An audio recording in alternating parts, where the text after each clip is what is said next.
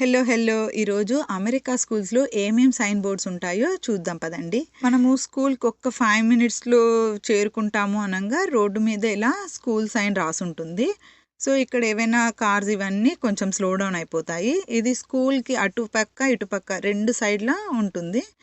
So, next ఏమో ఇది ఇక్కడ మనము బైక్స్ వస్తే కొంచెం స్లో డౌన్ అవ్వండి అని రాసుంది. సో, ఈ సింబల్ ఏందంటే మనము ఈ లైన్ కనపడుతుంది కదా! ఇందులో సైకిల్స్ ఎళ్తాయి.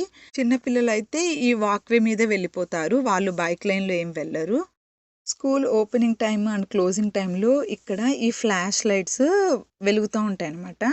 ఎవరైనా సరే మామూలుగా 35లో వెళ్ళాల్సిన వాళ్ళు 25 స్పీడ్‌లో మాత్రమే వెళ్ళాలి. ఒకవేళ అంతకంటే ఎక్కువ స్పీడ్‌గా వెళ్తే కాప్స్ రెడీగా ఉంటారు పట్టుకోవడానికి. నెక్స్ట్ ఇదైతే బైక్ రూటు. పిల్లలు సైకిల్ ఇక్కడ దిగి సైకిల్‌ని సైకిల్ స్టాండ్ వరకు తోసుకుంటూ వెళ్ళాలి.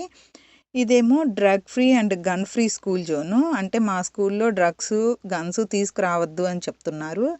ఇక్కడేమో ఇంకా మనకి స్కేట్ బోర్డ్సు, ఈ బైక్స్‌లో, సైకిల్స్‌లో వచ్చేవాళ్ళు కొంచెం దిగి నోరు మూసుకొని తోసుకుంటూ రండి. లేకుంటే రావద్దు అంటున్నారు. లేకుంటే ఫైన్ పడుతుందని దాని అర్థము.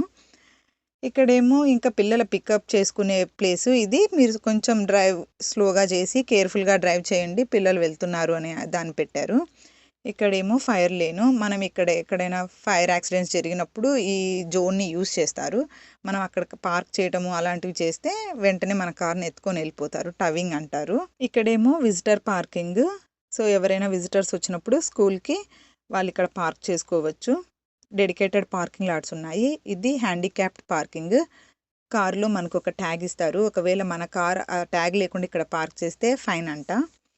ఇది teacher of the week. So, మీ స్కూల్స్‌లో ఏమేం సైన్ బోర్డ్స్ ఉంటాయో కామెంట్స్‌లో చెప్పండి.